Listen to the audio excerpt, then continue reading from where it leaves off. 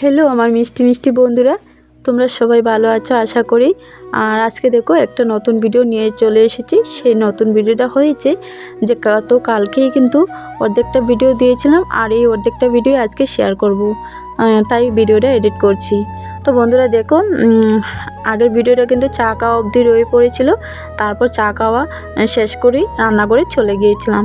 আর রান্নাঘরে গিয়ে উনুনেই রান্না বসিয়ে দিলাম। আর আমাদের তো লাকড়ির কোনো অভাবই নেই, কাঠ লাকড়ি, তাই রান্নারও লাকড়ির চিন্তা নেই। তো নিজের এক হাতেই রান্নাটা করেছি। দেখো সবজি কেটে রান্নাবান্না নিজেই একা একা করেছি।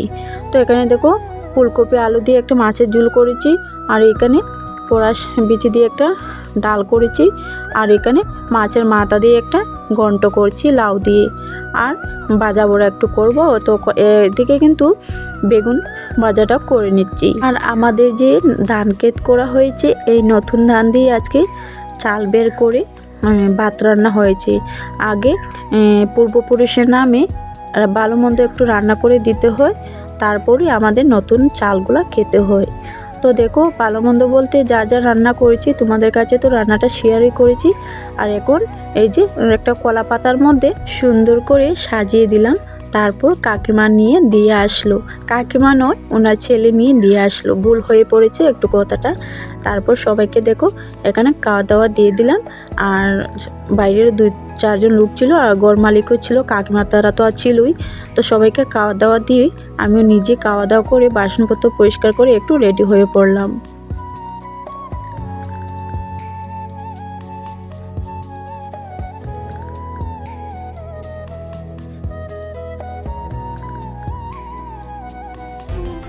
রেডি হয়ে কোথায় আসলাম, তো ভিডিওটা স্কিপ না করে দেখতে থাকো, তাহলেই তোমরা বুঝতে পারবে আমি কোথায় যাচ্ছি কোথায় না। আর সবার কাছে একটাই অনুরোধ, আমার ভিডিওটা ফুল ওয়াচ করে দেখো, আর সঙ্গে করে একটা লাইক কমেন্ট অবশ্যই করো। আর যারা নতুন হয়ে আছো তারা অবশ্যই চ্যানেলটিকে সাবস্ক্রাইব করে দিয়ে একটা লাইক করে ভিডিওটা দেখে একটু ভালোবাসা দিয়ে যেও। তোমাদের ভালোবাসাটা নিয়েই আমাকে এত সুন্দর সুন্দর করে ভিডিও করার মনে মানে একটু সাহস বাড়িয়ে দেয়। তো শুধু মেলাতে আমি একা যাইনি, আমার বরমশাইও গিয়েছিল আর ছেলেমেয়েরাও গিয়েছিল।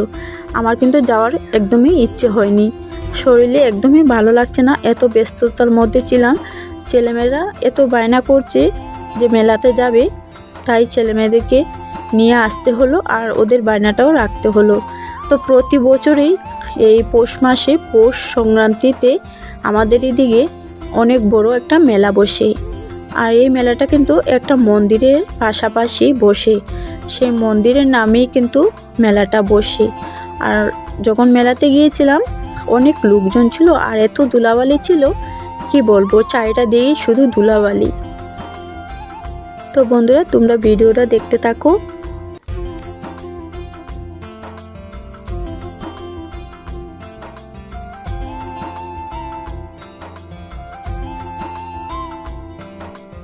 মানুষের জন্যে হাঁটা যাচ্ছে না, এত ভিড় রয়েছে, শুধু মানুষের মাথাগুলোই দেখা যাচ্ছে।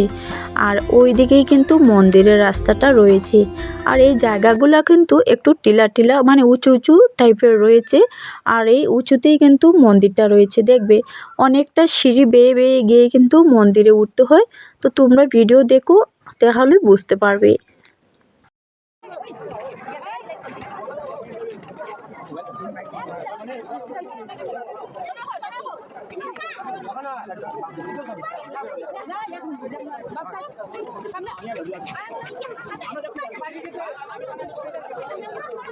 প্রতি বছরই এখানে মেলা বসে, তো আমি কিন্তু আরও 2বার এসেছিলাম, আর এখন নিয়ে 3বার হয়ে পড়লো। তো দেখো অনেকটাই সিঁড়ি রয়েছে, কিন্তু এই মন্দিরে উঠতে গেলে অনেকটা সিঁড়ি বেয়েই কিন্তু মন্দিরে উঠতে হয়।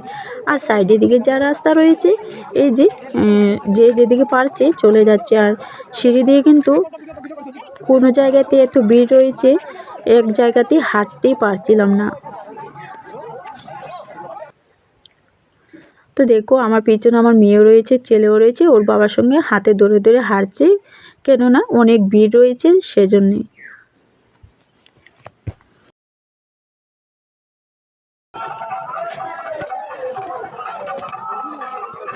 তো বন্ধুরা তোমরা তো দেখতেই পাচ্ছ কতটা সিঁড়ি বেয়ে কিন্তু মন্দিরে উঠতে হচ্ছে। আর সেই মন্দিরটা হয়েছে শিব মন্দির। শিব মন্দিরে রয়েছে, মন্দিরের নামটা কিন্তু আমি বলতে একদমই ভুলে গিয়েছিলাম। আমরা যে মন্দিরটা দর্শন করতে যাচ্ছি সেটা হয়েছে শিব মন্দির। তো চলো উপরে যাচ্ছি, আস্তে আস্তে কিন্তু উপরে যাওয়া হচ্ছে। আর আমি না শাড়ি পরে একদমই হাঁটতে পারি না। আমি বলেছিলাম যে আমি কুর্তা পরে যাব, তো ভেবেছিলাম কুর্তাটা পরেই আসবো। তো তোমাদের দাদাভাই বললো যে মন্দিরে যাচ্ছ শাড়ি পরে যাও, কুর্তা পরো না। তাই ওনার কথাটা রাখতে গিয়ে শাড়িটা পরে আসলাম।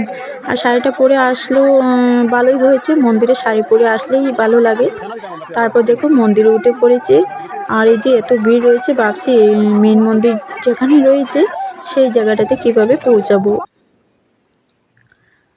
এদিকে সবাই এই যে ধূপধুনা জ্বালিয়ে দিচ্ছে বাইরের দিকটাতে। আর আমি ভেবেছি যে ভিতরে যেতে পারছি না, তো এখানেই আমি ধূপধুনা জ্বালিয়ে দিই। তাই আমি এখানেই বাইরের মধ্যেই সবাই যেখানে দিচ্ছিল সবাই ওইখানেই আমি ধূপধুনা জ্বালিয়ে দিলাম। আর এখানে কিন্তু শিবের পাথর রয়েছে, এখানে কিন্তু পূজা করা হয়েছে। ওই তোমরা দেখতে পাচ্ছ ফুলগুলা দেখা যাচ্ছে পূজা যে করা রয়েছে।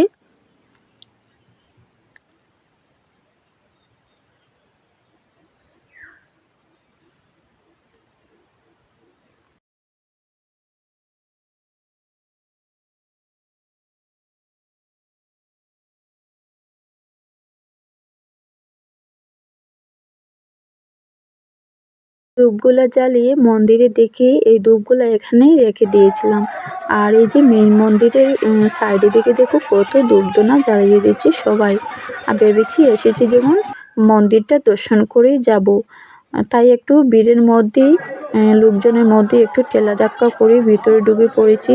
আর ঢুকিয়ে দেখো মেন মন্দিরের যে ভিতরটা রয়েছে, এই যে দেখো এখানে শিবের মন্দির, শিবলিঙ্গ রয়েছে। আর অনেক পুজো পাঠও করা হয়েছে সারাদিনই।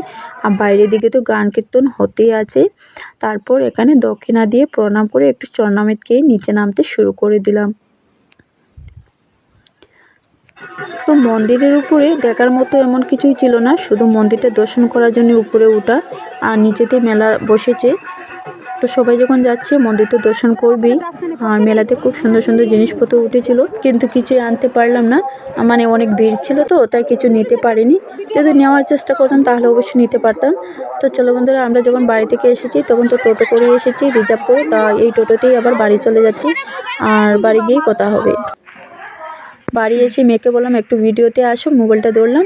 তো মেলা থেকে কিছুই আনা হলো না, শুধু ছেলে মেয়েদেরকে একটু কিছু খাইয়ে নিয়ে আসলাম। আর দুইটা জিনিসই এনেছি, একটা জিনিস আজকের ভিডিওতে আর শেয়ার করব না, পরের ভিডিওতে শেয়ার করব। আর এই যে দেখো আমার ছেলে কিন্তু একটা ময়ূরের পাখা এনেছে। ও নাকি এইসব জিনিসগুলো ওর ভীষণ পছন্দ, ভীষণ ভালো লাগে ওর। তো এই ময়ূরের পাখাটা আমারও কিন্তু খুব ভালো লেগেছে। এই যে দেখো ময়ূরের পাখাটা খুব সুন্দর। তো চলো বন্ধুরা, আজকে ভিডিওটা এখানে শেষ করে দিয়ে চলে যাচ্ছি। আবার আসছে নতুন একটা ভিডিও নিয়ে। সবাই ভালো থেকো, সুস্থ থাকো, টাটা।